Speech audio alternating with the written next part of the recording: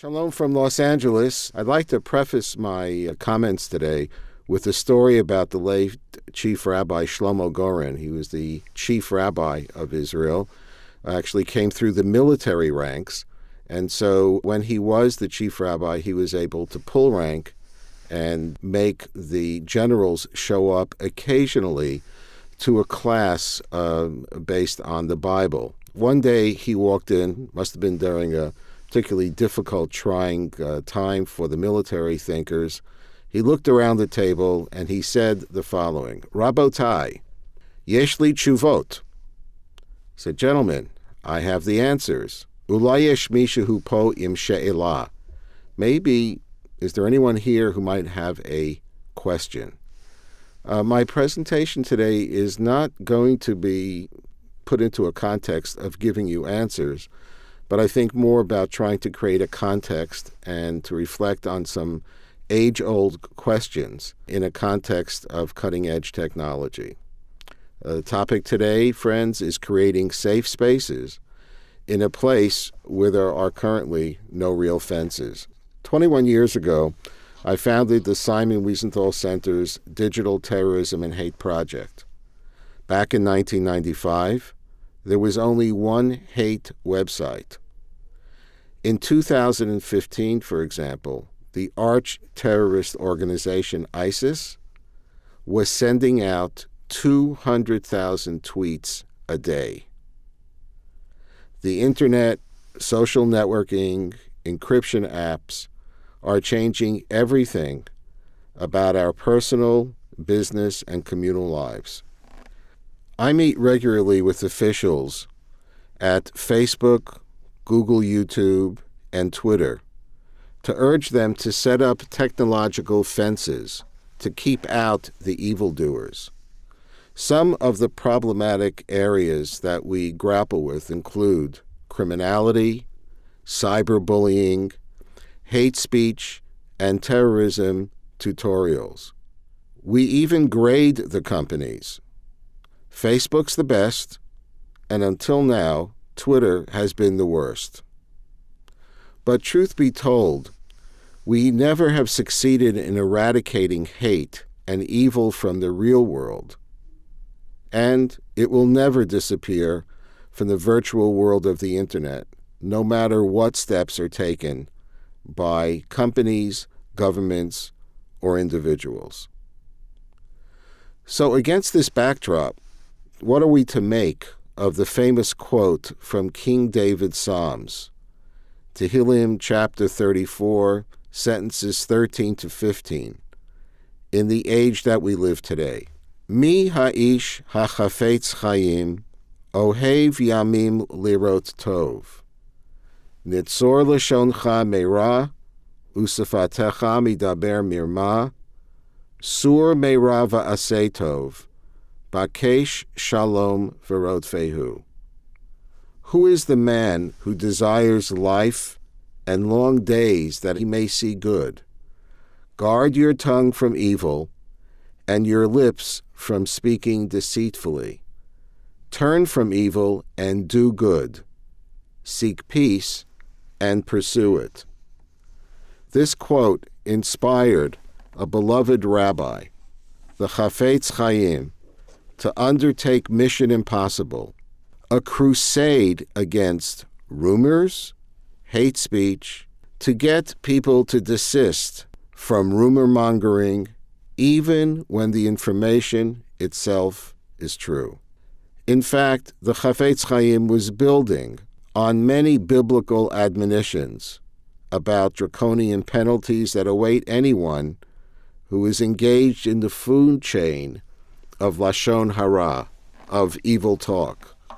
The Talmud, in Erchin 15b, states that anyone involved in negative speech could be subject to physical afflictions. Forbidden speech, we are taught, already altered human and Jewish history. To cite but a few examples, we are taught that the snake's lies brought about the expulsion of Adam and Eve from the Garden of Eden. The slanders of the spies sent by Moses to the Holy Land kept an entire generation of former slaves from reaching their ultimate redemption in the Holy Land. And it is these kinds of behaviors, the slanders, the Lashon Hara, that contribute to this day to the long delay of the final redemption of the Jewish people and of humankind. Perhaps the greatest problem of Lashon Hara, evil talk, slander, whatever you might call it, is like an email, YouTube, or a tweet. Once it is out of the bottle, it cannot be walked back. The hard truth is best exemplified in a story involving the sainted Chafetz Chaim himself. We are told that one day one of his followers came to see the Chafetz Chaim. He was completely distraught. He said, "Rebbe, Master, I have come faithfully to synagogue. I've heard your admonitions about not repeating a rumor. I've read your speeches and your book. I know what you have taught us is true. But yet, just a few days ago, I heard something about my neighbor that I just knew was true, and I couldn't hold back. I repeated this story to a number of my neighbors. And just as you warned me, Chafetz Chaim, I found out this morning that the story is simply not true, and I have slandered my neighbor. Can I possibly fix the situation? Please tell me, Rebbe, what can I do?" So the Chafetz Chaim said to this gentleman, "My dear friend, do you have a chicken?" He said, "Yes, I have a chicken in the courtyard. Please go home to your house, take the chicken, pluck the feathers of that chicken. Then I want you to use those feathers to draw a straight line from your home to the front door of the man that you wronged, who I don't want to know who it is, and from there, back here to my study." And so the young man followed the Chafetz Chaim's guidelines. He went home, he took that poor chicken, he plucked all the feathers, he made that line between himself and the person who unknowingly had been slandered, and then, an hour and a half later, out of breath, reached the Chafetz Chaim, knocked on the door, and said, "Rebbe, I have now done what you've asked. Please, am I forgiven now?" And the Chafetz Chaim responded, "Yes, my son, you are now forgiven, but you just have to complete one more task. Collect the feathers."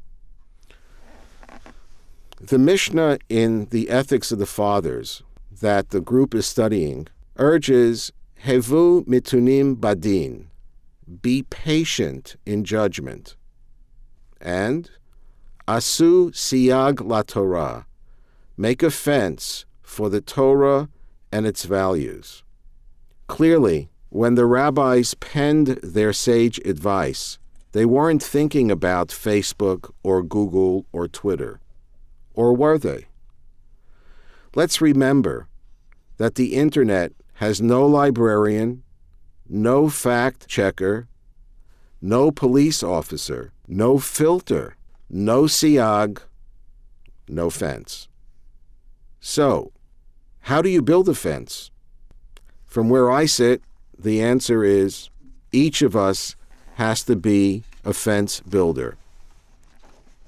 Asu siag. Number 1, before forwarding any communication, verify its authenticity.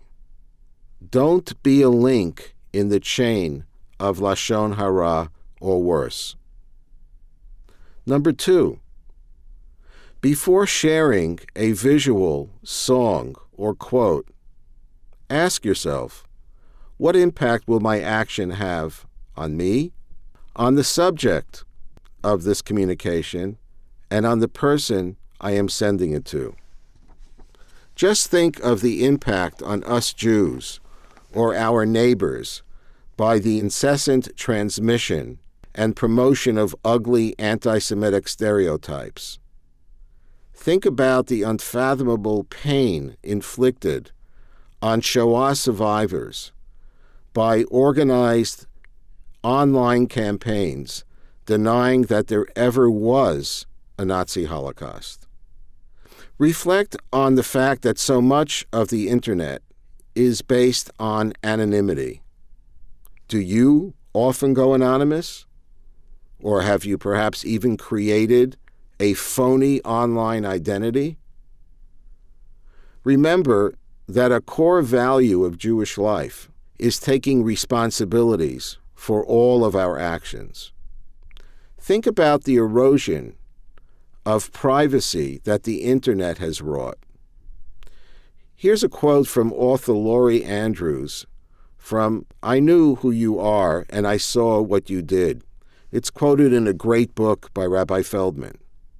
Quote, "Control over private information is essential to respect friendship, love, trust, and personal liberty. We achieve intimacy with other people by parceling out information about ourselves bit by bit. Each new revelation demonstrates additional trust." Later, she writes, "We need to explore without fear of our former digital lives coming back to haunt us. We should also recognize the limits of technology. Texting, quote-unquote, my bad, does not constitute doing tshuva or repentance for a misdeed. There are times when you must get off that damn electronic communication item, shut it off, and ask forgiveness the old-fashioned way, face-to-face with the person that you wronged." My comments here today are not to encourage anyone to walk away from the internet. That's not really practical anyway. And while it might satisfy the first half of King David's plea, Sur Meirah, desist from evil, it would disconnect us from the unprecedented power of social media to promote Aseh Tov, do good. If ISIS can conceive of and execute global strategies that spread their genocidal agenda all over the world, that deploys hundreds of thousands of tweets every day, why can't we, the good people, create marketing strategies that would teach the essentials, the fundamentals of who we are as a people? Empathy, loving kindness, and menschlichkeit. You want to know what kind of digital fence you need?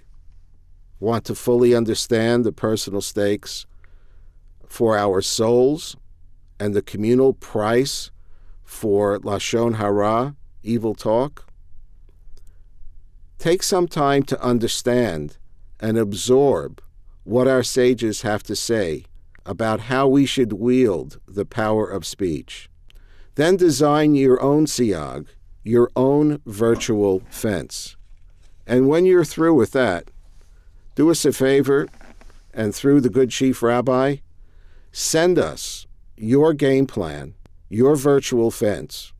Send us your strategies about how you would integrate our core values as Jews with the fantastic potential of the internet. If you're a parent or a teacher, send us the kinds of tactics and strategies that actually work in helping to safeguard our children. And if perchance you happen to be of the internet generation, teenager, 20-something, and see this stuff every day, we need to hear directly from you whether or not the Jewish values that have gotten us here over the last 3,000 years are still applicable to you as you swim in the virtual world of social networking.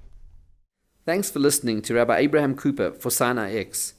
When we learned the Mishnah at the start of today's session, we discussed the importance of creating fences, the importance of creating environments which are conducive to achieving greatness, How do we apply this to the vast and virtually infinite sea of social media? Rabbi Cooper explains that the only way to do this is to use the power of social media to do good.